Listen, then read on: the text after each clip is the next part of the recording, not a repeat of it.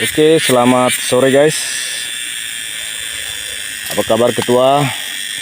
Dimanapun berada, semoga tetap dalam keadaan baik. Oke, kita kali ini kita bahas seputar ubi jalar ya. Nah, ini sudah selesai tahap awal pembuatan bedengan. Nah, dimana ini adalah rumput sama daun-daun kopi yang sudah kering. Kita kumpulkan di satu bedengan ini ya. Nah, jadi ini semua di gang kopi. Nah, di sini teman-teman, karena di sini saya lihat sudah kurang subur ya. Jadi kita harus menggunakan pupuk dasaran. Nah, pupuk dasar yang kita gunakan kali ini menggunakan Ponska teman-teman ya.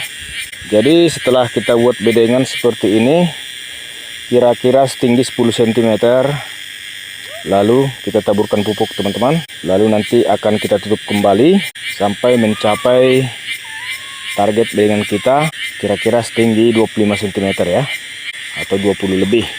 Jadi untuk pupuknya teman-teman, kita menggunakan pupuk Ponska. Ini pupuk Ponska subsidi. Jadi kira-kira 1 meter bedengan kira-kira 1 genggam ya. Itu takaran yang kita bikin teman-teman. Nah, contohnya ini teman-teman. Inilah penaburan pupuk Ponska ke atas bedengan ya. Nah, jadi ini daun-daun kering, daun kopi sama gulma yang sudah kering juga ya. Jadi kita tabur sekitar 1 genggam untuk 1 meter bedengan. Jadi untuk pembentukan bedengan kita lakukan 2 tahap. Untuk tahap pertama kita kasih tinggi 10 cm ya, kurang lebih, yaitu campuran gulma sama dedaunan kering. Kita kumpulkan lalu timbun dengan tanah. Nah, setelah ini teman-teman, kita kasih pupuk. Nah, jadi kita kasih pupuk kimia. Kita tidak beri kompos ya. Jadi pupuk kimia Ponska subsidi. Untuk panjang bedengan 15 meter kita gunakan atau kita butuh pupuk kimia Ponska sekitar setengah kilogram. Dan untuk berikutnya teman-teman, kita lakukan penaikan bedengan kembali untuk mendapatkan tinggi yang ideal ya. Nah, jadi di sini teman-teman, kita menggunakan cangkul atau pembuatan bedengan dengan cara manual. Dengan kondisi tanah yang berliat ya. Jadi memang pencangkulan memang agak keras. Teman-teman bisa lihat.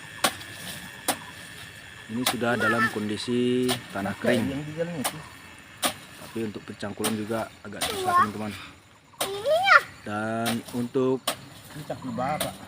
tanah sendiri usahakan itu harus kita gemburkan atau jangan memberi tanah langsung terlalu dalam ukuran besar ya.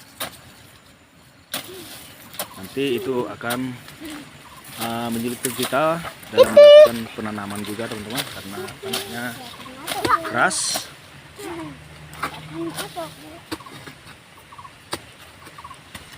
Jadi kita usahakan ya, kita buat bedengan itu sekitar 20 cm ya teman-teman. Nah, tujuannya untuk apa? Nanti untuk perkembangan umbinya lebih cepat besarnya. Karena kalau bedengan terlalu rendah, nanti umbinya akan susah menembus tanah yang padat ya bagian bawah. Jadi kita tinggikan, dan kalau bedengan tinggi teman-teman, itu nanti manfaatnya bentuk umbinya akan panjang, jadi tidak bulat-bulat dia. Jadi itu nanti akan membuat ubi jalar kita umbinya jadi bagus ya, jadi memanjang nih teman-teman.